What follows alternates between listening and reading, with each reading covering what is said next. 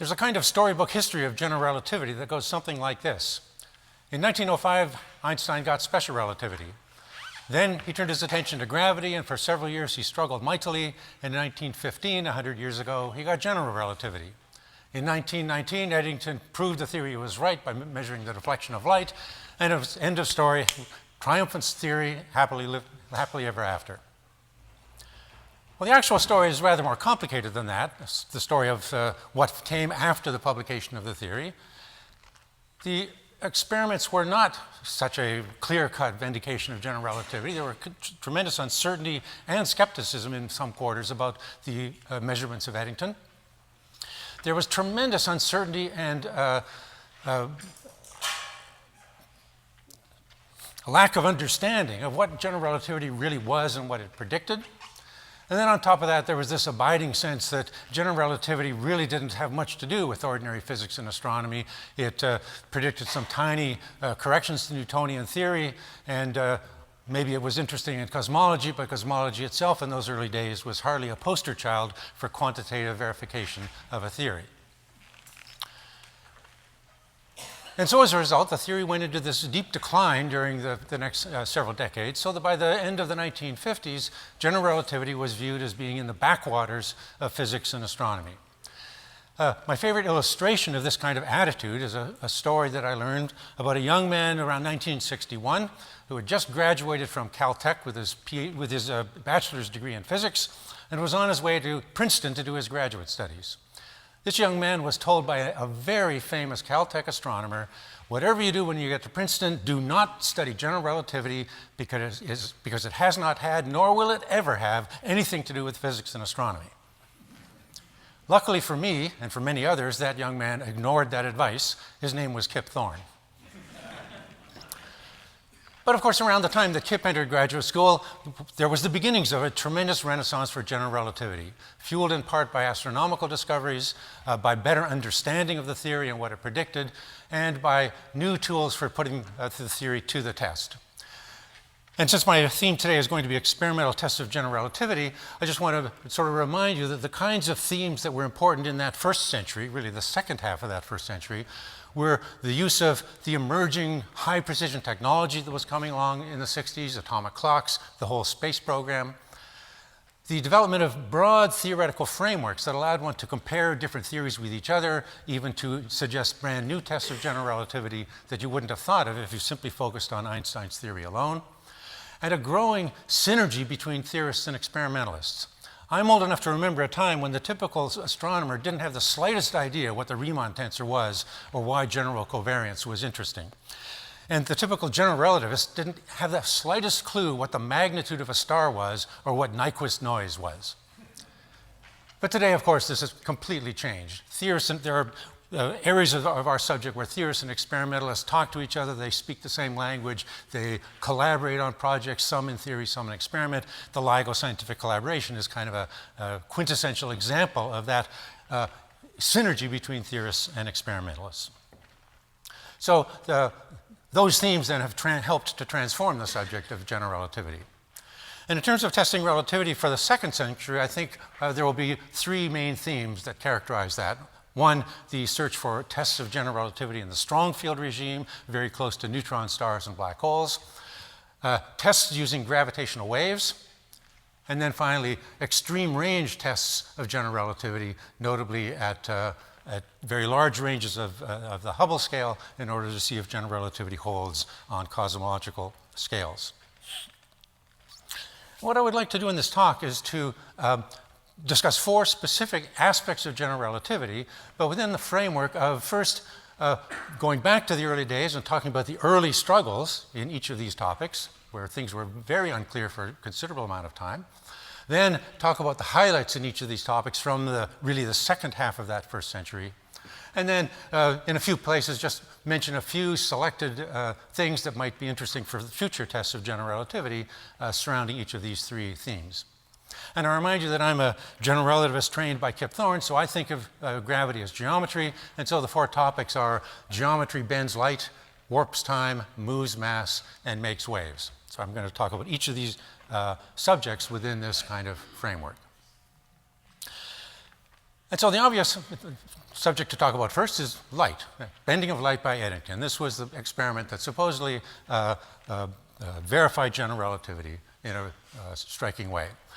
So in the closing days of the First World War, Eddington put together two teams of astronomers. One team went to Sobral, a city in northern Brazil. The other team went to Principe, an island off the coast of present-day Equatorial Guinea, to photograph stars near the sun during a total solar eclipse. And here's a reproduction of one of Eddington's plates showing the moon in front of the sun and the stars near the sun that were photographed. Compare those photographs with photographs of the same star field taken either earlier or later when the sun's not in that part of the sky, and measure the tiny displacements of the stars.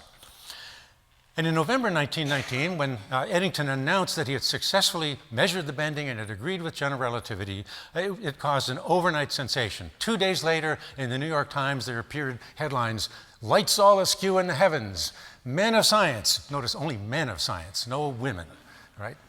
"More or less agog," not completely agog, just more or less agog, over results. "Einstein's theory triumphs. Stars not where they seemed, but don't worry." And this, of course, made Einstein himself as a person an overnight celebrity. And so we've all seen the various pictures of Einstein throughout his life being regaled as the epitome of science, the avatar of genius, and so on. And finally, in the year 2000, Time named Einstein the man or person of the century. So, this made his personal fame. At the same time, of course, as the theory itself was going into this decline. And indeed, there was considerable skepticism right from the start about Eddington's measurements, especially among American astronomers. They were very skeptical of the validity of the measurements. And in a parallel way in Germany, there was growing skepticism, largely a backlash due to Einstein's fame, fueled by the growing anti-Semitism in post-war Germany, where there were developed anti-relativity campaigns to denounce Einstein's theory as Jewish science. And among astronomers, there was a sense that one really had to repeat those measurements of Eddington. In fact, the American astronomers Campbell and Curtis had tried to measure the deflection of light by analyzing old plates from the eclipses in 1900 and 1918. And they actually reported in the June meeting of the Royal Society, 6 months before Eddington's report, that they had failed to detect any deflection. So this was not exactly a slam dunk situation for general relativity. Nevertheless, it was important to try other measurements of the bending using solar eclipses. And here I want to kind of review the whole history of measuring the bending of light. But I want to do it in a specific manner by exploiting one of these frameworks that I talked about, the so-called parametrized post-Newtonian framework, which has a set of parameters whose value depends on the theory that you're using. And in the case of the deflection of light, the overall size of the deflection is governed by this factor 1 plus gamma over 2. 1 over 2, the half, is the Newtonian deflection of light, what you would get for the bending of a hyperbolic orbit in the limit when the particle has the speed of light. You can also derive that 1/2 by an argument involving just the equivalence principle, noting that a light ray will travel on a straight line in a freely falling elevator, and then linking together a bunch of freely falling elevators and calculating the tiny aberrations that occur from one elevator to the next. In each case, either case, you get 1/2. That's the Newtonian bending. The other part, the gamma over 2, depends on the theory of gravity you are using and is the bending of locally straight lines near the massive body relative to locally straight lines far from the body. It's a reflection of the actual curvature or warpage of space. In general relativity, gamma happens to be 1, but in other theories, such as Brans-Dicke theory, it's not 1. And so you get a different prediction depending on the theory. So on this graph, which runs from about 1920 to the present, and just look at the top half for now, 1 is the value predicted by general relativity. This dot with these error bars, and that arrow, which points somewhere on the floor above us, are the results of the 2 Eddington expeditions in 1919. Later measurements in the 20s and 30s, some gave results consistent with GR, but some were between 1.5 and 2 times larger than the relativistic prediction. True enough, of course, nothing supported Newtonian theory, which would be down on the floor below us, but still, this is hardly hardly a ringing endorsement for Einstein's deflection of light. The real revolution in measuring the deflection of light came, of course, with radio waves, one of these new technologies that helped fuel the entire Renaissance, in fact, measuring the deflection of radio waves from quasars. And so beginning in around 1968 till about 1975, almost annually, many groups went out to measure the deflection of light of quasars passing close to the sun, and ultimately reached roughly 1% precision in agreement with GR. But really tremendous advances came with the use of very long baseline interferometry. And in fact, modern analyses take VLBI measurements of over 500 quasars distributed over the entire sky. Almost none of them is very close to the sun. They mostly reside between 45 and 135 degrees from the sun. And measuring the tiny deflections of those radio waves from those quasars. These involve millions of observations, many VLBI sites around the world, 20 years of data, so you just globally fit the distorted shape of the sky caused by the presence of the sun. And today, the latest analysis of such global VLBI data yields results in agreement with general relativity at a part in 10 to the 4. Not to neglect optical measurements, the Hipparcos astrometry satellite measured the deflection of light of millions of stars down to about a part in 1,000. And in the future, the Gaia mission plans to look at a billion stars down to 20th magnitude, and with 100 microarc second accuracy, hopes to reach the part per million level in measuring the deflection of light. So that will be in the future. But I want to mention this little point because it's kind of cool. This was an observation made by taking data from the Sloan Digital Sky Survey on 15 elliptical galaxies. By measuring the velocity dispersions of stars in the galaxies, one could build a model for the gravitational potential of the galaxy that included the contribution of the dark matter surrounding the galaxy.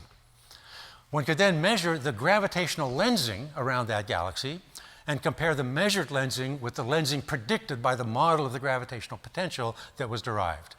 That yielded a roughly 10% measurement of gamma, comparable to Eddington's original accuracy, but this is measured on galactic scales rather than solar system scales. Of course, there's this parallel way of measuring this same parameter gamma, the so-called Shapiro time delay, the excess delay in a signal that propagates past a massive body, first predicted and calculated by Erwin Shapiro himself, then measured by him by bouncing radar signals off Venus in 1968. And then this has improved steadily so that the recent measurements coming from tracking of the Cassini spacecraft while it was on its way to Saturn yielded measurements of this parameter to a part in 10 to the 5. So at a very high precision, the bending of light today, at least, is now a very strong confirmation of Einstein. Of course, the deflection of light has lately morphed into the gravitational lens. Today, which has become today a key tool for astronomers, used for mapping the distribution of dark matter and of ordinary matter, trying to study dark energy, and even to detect exoplanets. And this I like to call Einstein's gift to astronomy, but it really is Einstein's gift, because in 1912, he calculated the deflection of light, the lensing of a point lens, and also calculated the magnification of the two images. This fact was not discovered until 1997, however, when Jürgen Renn and his colleagues were going through his notebooks from the Zurich period and came across this little calculation. At the end of course, the value he was using for the deflection was half of the final value because he was using his earlier theory based purely on the principle of equivalence. He didn't have the full general theory, so all the results were off by a factor of 2, but apart from that, they were completely correct. But Einstein, of course, in the note written after this calculation said, of course, this is hopeless. You will never find stars aligned so perfectly to actually make this lensing occur. He did not imagine that a whole galaxy could act as a lens, or a cluster of galaxies could act as a lens. But remember, these are days when it was still not obvious that there were galaxies outside the Milky Way, so maybe he could be forgiven for not taking the leap that Zwicky did later, recognizing that really it's galaxies acting as lenses that were important. So this is now a great tool and a major part of astronomy. The deflection of light has even entered the popular culture and played a part in winning an Oscar for the movie Interstellar. So this is an image of the supermassive black hole in that movie as seen from Miller's planet, a planet that the three astronauts in the movie were exploring as a possible home for humankind after the death of the Earth. And what you see here is the accretion disk around the black hole, but here you see the underside and the top side of the accretion disk behind the black hole, caused by the strong bending of light. You can actually see behind the black hole. Back when I was a kid and the Pope would visit various countries, they had what was called the Pope scope, little mirrors. You could peer over people's heads. It's exactly that. You can peer around because light is being bent by the deflection of light.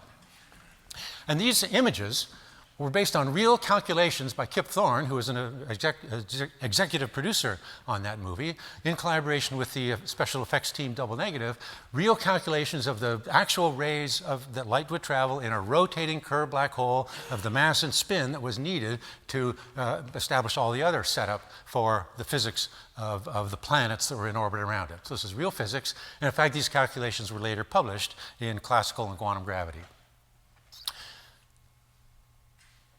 But of course, the most important part of this picture is the fact that since I was a PhD student of Kip Thorne, this puts me at 1 degree of separation from Anne Hathaway and Jessica Chastain. Just saying. My Erdos number may be 5, but my Chastain-Hathaway number is just 2. Now, it's one thing to do this kind of stuff in movies, but it's another thing to talk about images of a black hole in science. And this is the goal of the Event Horizon Telescope, a consortium of radio telescopes around the world working at millimeter wavelengths, hoping to achieve horizon-scale angular resolution both at Sagittarius star, the black hole at the center of our galaxy, and the supermassive black hole at the center of M87.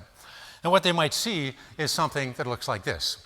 For Sagittarius star, the accretion disk, there's a very feeble accretion phenomenon. So what you see here is the black hole shadow, the place where no light is reaching you from the vicinity of the black hole, and a ring around the black hole at what's called the light ring, about 3 times the mass of the black hole, where photons can circle the black hole and then come to you. And the asymmetry here is caused by the fact that, of course, the black hole has spin, so the dragging of inertial frames gives an asymmetry in how the photons propagate. And in addition to simply producing a cool image, they hope to be able to do tests of general relativity by, for example, asking what would the black hole shadow look like if you had a modified Kerr metric, one in which you somehow could tweak the effective quadrupole moment of that space-time so that it does not satisfy the strict constraint of the Kerr metric.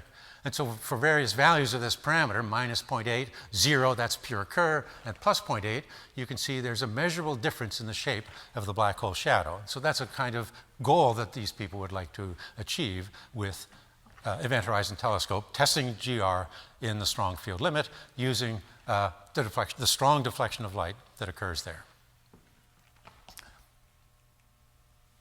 Geometry warps time. This, of course, refers to the second of what Einstein viewed was his crucial tests of his theory, one being the reflection of light, the second was the gravitational redshift. This, of course, is not truly a prediction of general relativity. It really follows purely from the principle of equivalence. And Einstein realized this in 1907, long before GR, and he called it his happiest thought, simply by considering what an observer would see in an accelerated elevator if a photon light ray was propagating from the top to the bottom, realizing there'd be a Doppler shift of the light ray when it hit the bottom. But an accelerating elevator is equivalent to an elevator at rest on the Earth, and so there should be a similar frequency shift, a red shift or blue shift of light going up or down in a gravitational field. And so, of course, the full theory of general relativity embodies this effect in a straightforward way. But it is really a more primitive idea than that. And of course, the obvious thing to do is to try to measure it. And the first attempt was an utter failure. In 1917, Charles E. St. John and another team at the Guadalcanal Observatory in India tried to measure the redshift of spectral lines from the sun, and they found nothing. They failed to measure the gravitational redshift. The results from Guadalcanal were inconclusive. Today, we kind of understand why. The solar photosphere has tremendous turbulent and convective motions. There are first-order Doppler shifts of atoms. Certain atoms are subjected to pressure shifts, and so on. So it's very difficult to disentangle the environmental effects on spectral lines from the general relativistic effect. And some historians of science feel that this negative report by Charles St. John went a long way toward killing Einstein's chances for the Nobel Prize in 1918 and 1919. And we know he didn't win it until 1920 or 1921 for the photoelectric effect. The Nobel Committee likes experimental evidence for prizes that it awards, and that committee deemed that general relativity did not have sufficient experimental evidence by any means to warrant a Nobel Prize.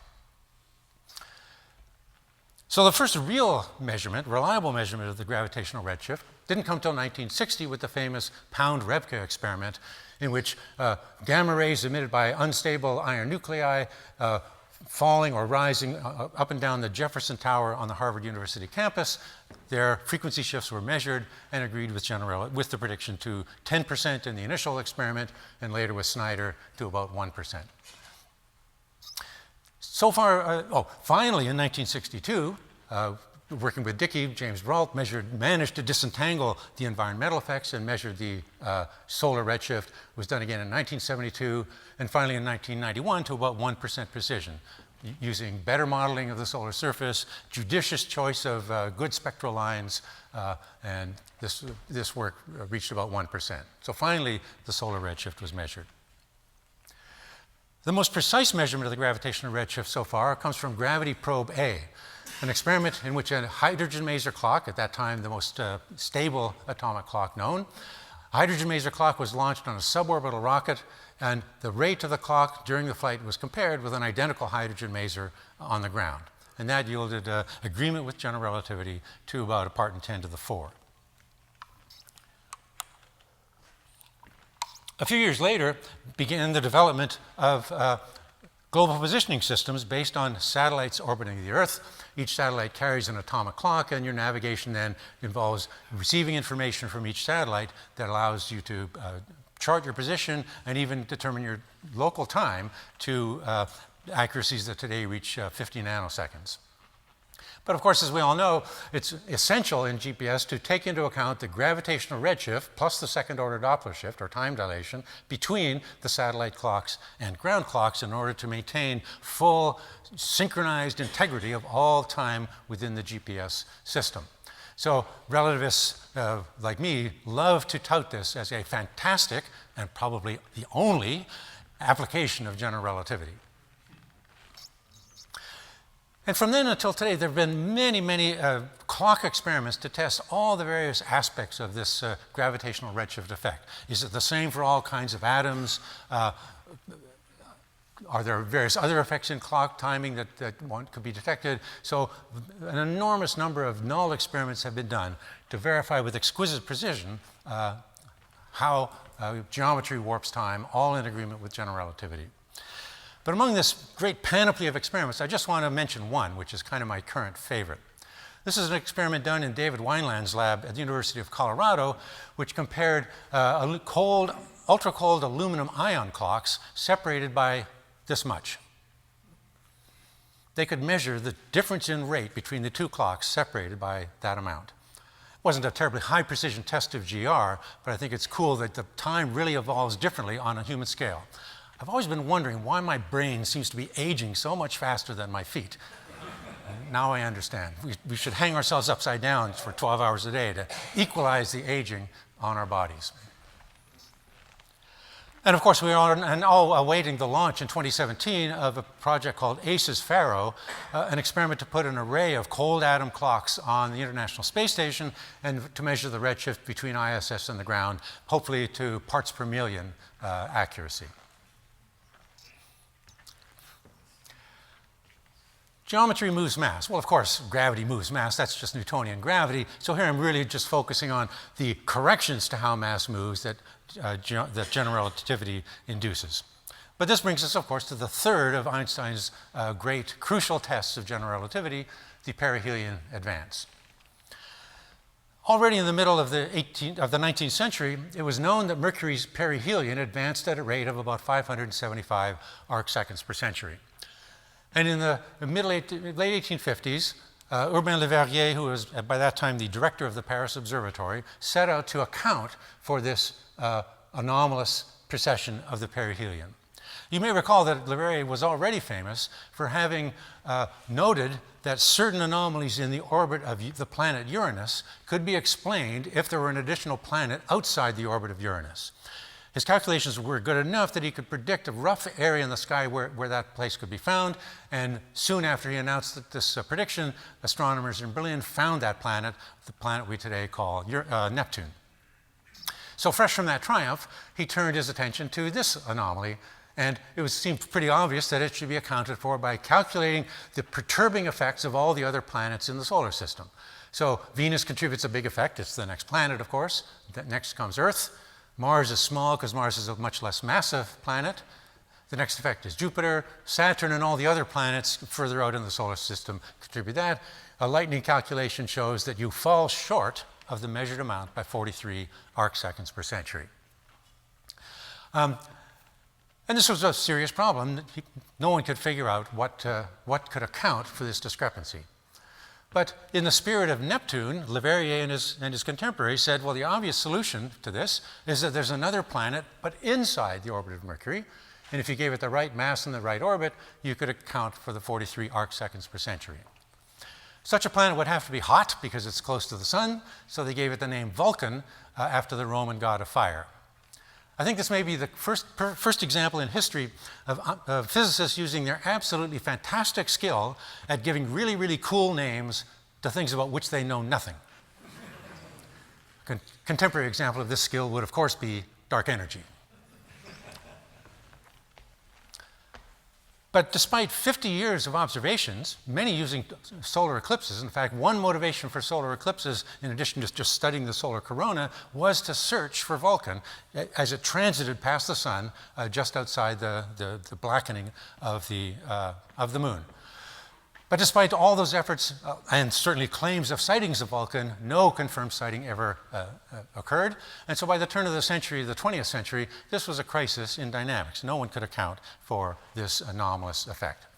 John Couch Adams in England proposed that if you change the inverse square law from r to the minus 2 to r to the minus 2.00000000194, you could account for the 42.9 arcseconds. But soon after he did this, observations of the lunar orbit killed that idea because that would have induced a much larger shift in the lunar perigee, so that idea died. So by the time Einstein came along, working on his own theory of gravity, he was well aware of this problem. And when in November of 19, about to present the third paper in his series of papers at the Prussian Academy of Sciences, he calculated with the new theory this additional amount. He got the right answer. And he later wrote to a friend that he thought he was having a heart attack when he got this result. He was so excited because he had explained this result, but also it really showed him that this version of the theory that he was about to present, the third version in 3 weeks, this version was really the right version. It gave him a lot of confidence in having it right. Well, the story doesn't stop there, of course. We now know the orbits and masses of all the planets with much more accuracy than we did then through various flybys and orbiters of planets. We know Mercury's orbit extremely accuracy, largely through radar ranging to Mercury and through ranging to certain orbiters. And indeed, important recent new points on Mercury's orbit have been added by Mercury Messenger that have improved the accuracy of Mercury's perihelion advance by quite a substantial amount. This is the orbiter around Mercury that recently ended its mission by crashing onto the surface of the planet. So that today, the discrepancy, the thing that your theory of relativistic gravity has to explain, is 42.98 plus or minus 0.001 arcseconds per century. So that's the experimental error on the difference that your theory has to explain, and general relativity is in complete agreement with the observation. Indeed, if the accuracies here improve much more, maybe by a factor of 10, then it will be necessary to really come to grips with the uncertainty in our knowledge of the solar quadrupole moment. It's now known to be about 2.2 times 10 to the minus 7, largely through helioseismology, but it's only known to about 10%. And so it will soon become important to really consider both of these parameters as being part of the estimation to really check Einstein's theory.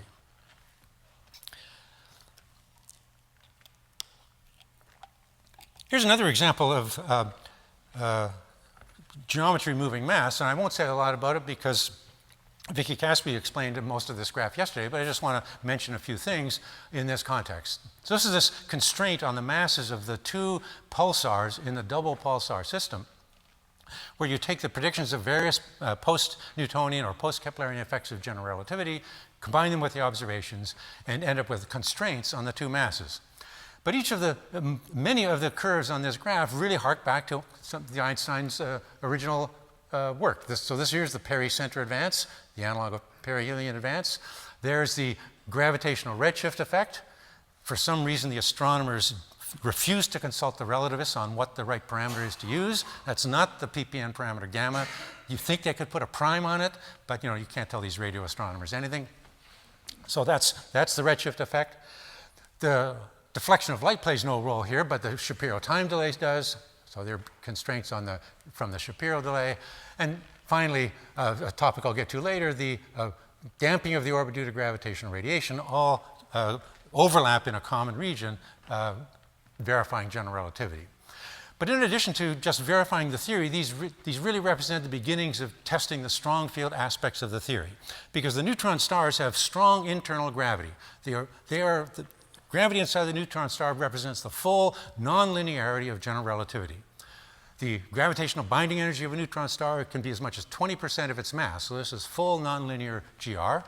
And so you might ask yourself, how can a calculation in general relativity that ignores this effect yield results that are in agreement with the experiment? Why doesn't that nonlinear gravity in the neutron star feed back into its motion and affect it? It doesn't, because general relativity, almost unique among all alternatives, satisfies the strong equivalence principle. It's a principle that says that irrespective of the internal structure of a body, whether it's a star, a neutron star, or a black hole, its motion is governed only by its mass. Its internal structure plays absolutely no role. The only way it will affect anything is if the body has spin. We know there are obvious spin-orbit effects, or if it's large enough to have tidally induced effects. But as long as those are ignored, then the internal structure is irrelevant to its motion. And so you can simply ignore all that nonlinear gravity and use this to verify general relativity. So it's a kind of null test of general relativity, but it's still a test of some of its strong field aspects. I'd like to give another example of the important role that the pericenter advance plays in astrophysics and may continue to play in the future. This comes to be important when you consider the evolution of a cluster of stars, a dense cluster near a supermassive black hole, something that's obviously of great interest today in galactic centers. And it's known that when you have stars orbiting the black hole, it's the first order move on Keplerian orbits around the hole, but they perturb each other. And those perturbations have the effect of not changing the energy of a given star by much. And so the semi-major axis, which is this axis of the plot of a given star's motion, doesn't change a lot. Semi-major axis is a stand-in for energy, so it's roughly constant. But the interactions with other stars induce torques on the star, and a torque changes its angular momentum, and that will change the eccentricity of the orbit. So here is 1 minus e plotted. So here is the circular limit, and here is the very eccentric limit, where a star will then possibly go extremely close to the black hole. And so in this simulation done by Merritt et al., you see stars mainly migrating back and forth in a kind of random walk across this plane, but every once in a while getting high enough eccentricity that it will get very close to the black hole, ultimately emit gravitational radiation, and be captured by the black hole. This phenomenon is sometimes called resonant relaxation, I think named by Hopman and Alexander. It's also really a manifestation of the so-called Kozai resonances. But using these kinds of simulations, you can calculate the rate at which such close encounters occur. And that's important to understand the rate of gravitational radiation, which would be important for a space detector such as E-LISA. I'm sorry? Yeah, so these type of stars are typically within a few milliparsecs of the black hole, well within the region of influence of the black hole. So it's really deep in the central cluster. But of course, there's a perihelion shift, if you like to use that word. Each star will be influenced by the pericenter advance caused by the relativistic effect of the black hole itself. And it turns out that pericenter advance suppresses this Emery formation. Essentially, as each star begins to evolve, it reaches a point as its eccentricity increases when it moves this way, that its pericenter advance increases. The higher the eccentricity, the more rapid the pericenter advance. And when the time scale for that advance becomes shorter than the time scale for this random walk process, then that walk is suppressed. And here you see stars essentially bouncing off what we call the Schwarzschild barrier, where the pericenter advance is so rapid, it quenches this Kozai type effect. Here's one star that managed to make it through, and here gravitational radiation is turned on, and you'll suddenly see its semi-major axis shrink as it spirals into the black hole. But this Schwarzschild barrier had the effect of suppressing the rate of Emery formation. So it had an important effect, it has important implications for rate calculations for things like E-LISA. So even though it's a very tiny effect, it built up over many millions of years in such a cluster, it can have dramatic long-term consequences. Okay, geometry makes waves. So this obviously has to do with gravitational radiation, and it too dates back almost to the very beginning of general relativity. Soon after finishing the theory, Einstein wrote a paper in 1916 calculating the gravitational wave emission from, say, a laboratory system, say, a rotating dumbbell.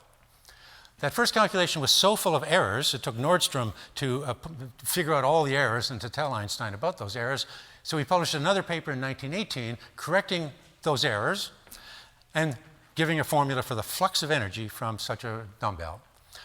Still, his final formula for the flux was wrong by a factor of 2. He had made a silly calculational error on the way. That factor of 2 was corrected by Eddington in his book on general relativity.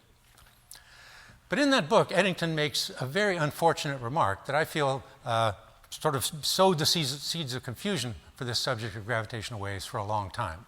He points out that, and he knew very well, that there are two modes of polarization in gravitational waves that are physical modes. They move at the speed of light, they have physical consequences. But there are additional modes when you solve the equations that are purely modes of the coordinate system. They can have any speed they want. And so he said that these waves propagate at the speed of thought. In fact, this is the title of Dan Kennefic's famous book on the history of gravitational wave research.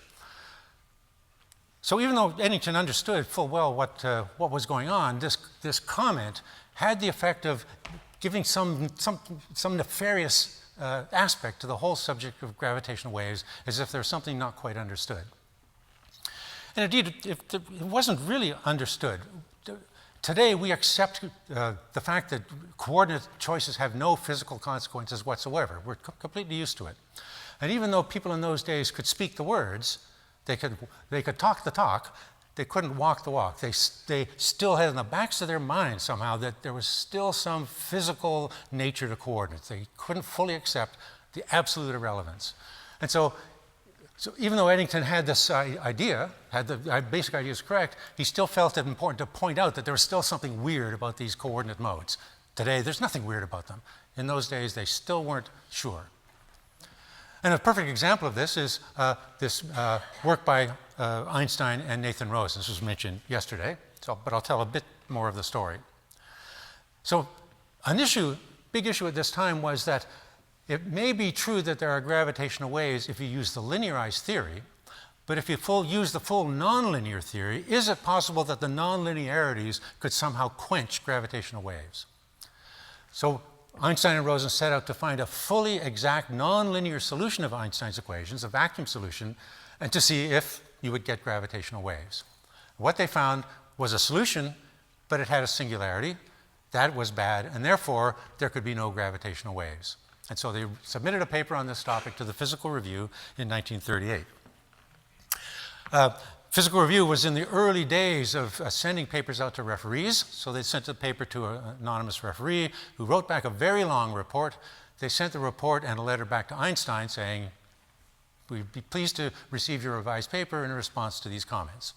Einstein immediately wrote back to Physical Review saying, "When Mr. Rosen and I submitted our paper to the Physical Review, we submitted it to be published, not to be sent to an anonymous referee. We withdraw the paper." And he never submitted a paper to the Physical Review again for the rest of his life.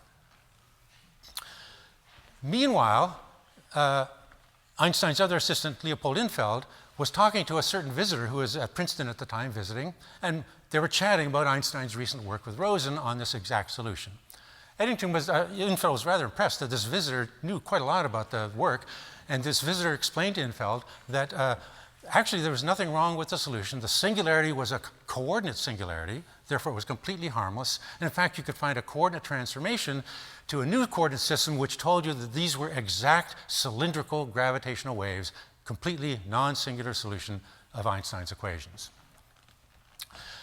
So Infeld reported or discussed this with Einstein, who later claimed, of course, that he had figured this all out himself independently. But anyway, he wrote a revised version of the paper on gravitational waves, displaying this exact solution with gravitational waves, and published it in the Journal of the Franklin Society, a small journal published in Philadelphia, not in the Physical Review.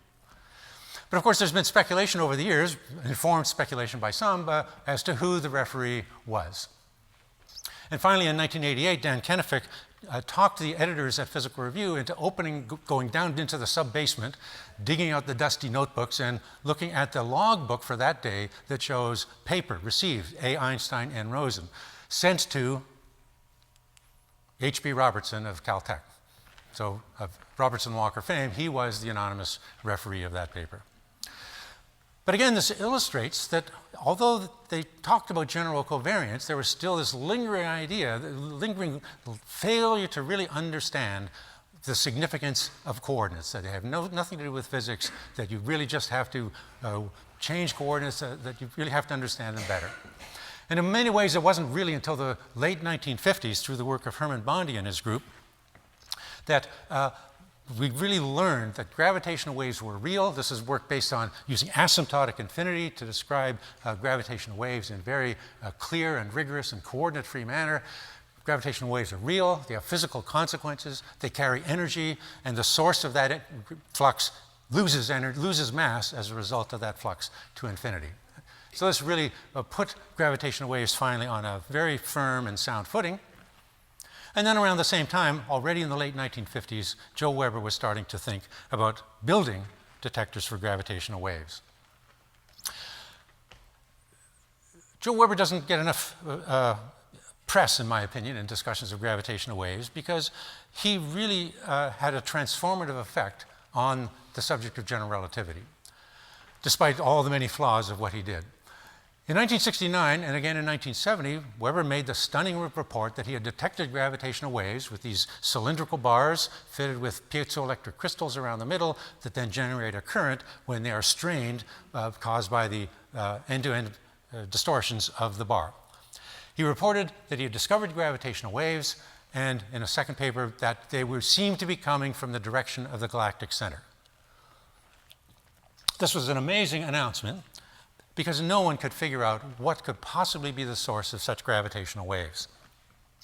In today's language, to the extent one understands his detectors, you heard Nergis talk about H's of 10 to the minus 21, the strain that, say, LIGO would like to detect. Weber, if he was right, was detecting gravitational waves with strains of about 10 to the minus 13, 8 orders of magnitude or so higher than what we are really looking for today. No one could understand the source of these gravitational waves. So this had a big impact on the theory side, and many theorists around the world, including Kip Thorne, turned their attention to trying to find mechanisms that would produce such a huge flux of waves. A leading candidate in those days was synchrotron gravitational radiation, where the radiation might be beamed somehow so you could get a big flux. And so many of Kip's students and in other groups started to really work on problems trying to explain these detections. Of course, another possibility that general relativity was completely wrong, and there must be another theory that could predict such huge fluxes. And I remember very well, I was a brand new graduate student, just sort of starting to sit in on Kip's in group meetings, and he looked around the room. I think I was hiding behind Richard Price at the time. And he looked around the room and said, "You, behind Richard Price, I want you to look into everything that's known today about the experimental validity of general relativity." And I've been doing that then for the last 45 years. On the experimental side, of course, that had a huge impact too, because people then set to build their own detectors to either verify or contradict Weber's results. And it brought into this field of gravitational wave astronomy people from other fields of physics, particle physics, optical physics, and so on. Tony Tyson, many others got into gravitational waves in part to try to see if Weber was correct. And many of those people who cut their teeth building bar detectors began, even in those early days, to think about alternative ways to detect gravitational waves, namely laser interferometry. And so some of these people, like Bob Forward, Ron Drever, Ray Weiss, sort of started out with bar detectors, but then started thinking toward the future of how a better way to detect these waves. And of course, I will spend no time on this because you heard about this yesterday. We have the ground-based interferometers, pulsar timing arrays poised to begin detecting gravitational waves in the near future. LISA, a European Space Interferometer, a gravitational universe mission has been selected by ESA for its launch window in 2034. ELISA, of course, is a leading candidate for that. NASA has recently agreed that it will participate with ESA as a junior partner, so we all hope that with some NASA money, maybe they'll restore the third arm to ELISA, making its angular sensitivity better. And an important milestone has been reached with LISA Pathfinder, a technology demonstration mission that's supposed to demonstrate a lot of the key technologies of LISA. The spacecraft is built. It is now sitting in the Kourou website, the Kourou launch pad, the ESA launch pad in French Guiana, ready for launch on December 7th. So this will be an important milestone in the progress toward a space-based detector.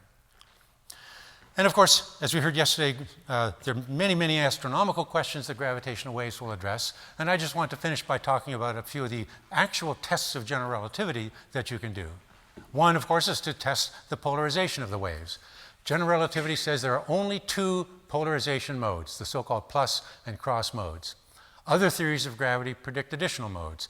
Scalar tensor, for example, predicts a transverse axially symmetric mode. And all the various kinds of detectors have looked at ways to examine and determine the polarization content of the waves.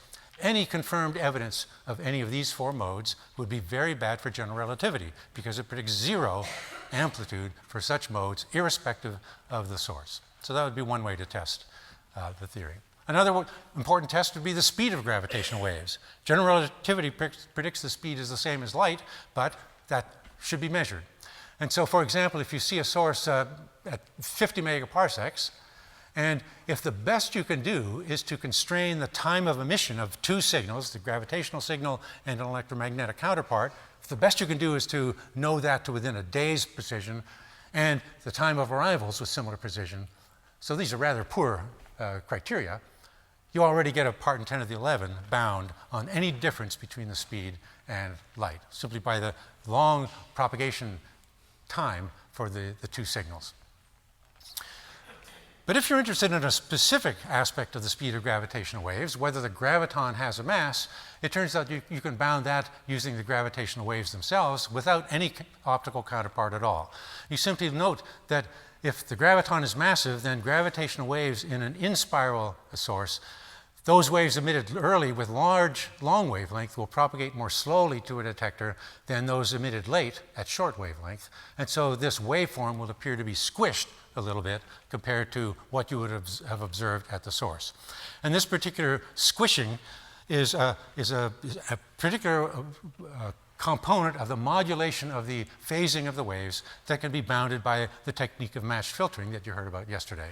And so for various ground-based and space-based detectors, we've put lower bounds, potential lower bounds on the Compton wavelength of the graviton that you could place with those kinds of measurements of gravitational wave signals. And indeed, these in-spirals have the potential for a lot of different tests of general relativity. This in-spiral phase is extremely well modeled by very high-order calculations using post-Newtonian theory. And the precision is such that alternative theories of gravity could predict small differences that build up over time, and so one might be able to test such theories by looking at the phase evolution during this in-spiral phase. During the merger, if one of the bodies is a neutron star, certain theories of gravity, certain types of scalar tensor gravity predict that when the neutron star is being distorted and squeezed and deformed by the nearby black hole or the neighboring neutron star, it undergoes something called dynamical scalarization, where the scalar field inside undergoes a phase transition, the nature of the neutron star changes, and the evolution of the system can be dramatically different from GR, even if it's a theory that agrees with GR in the solar system completely. And the ring-down modes also hold hope for testing things like the no-hair theorems. Of course, there's a rich subject for another talk on tests of general relativity in the strong field regime in astrophysics and extreme range tests. But I think I just want to close with a message that the last 100 years has seen some disappointments early on in general relativity, a triumph of testing general relativity in the second half of that first century. But as we approach the second century of general relativity, I think there's going to be great interest and excitement in trying to test it in these brand new regimes. Thank you.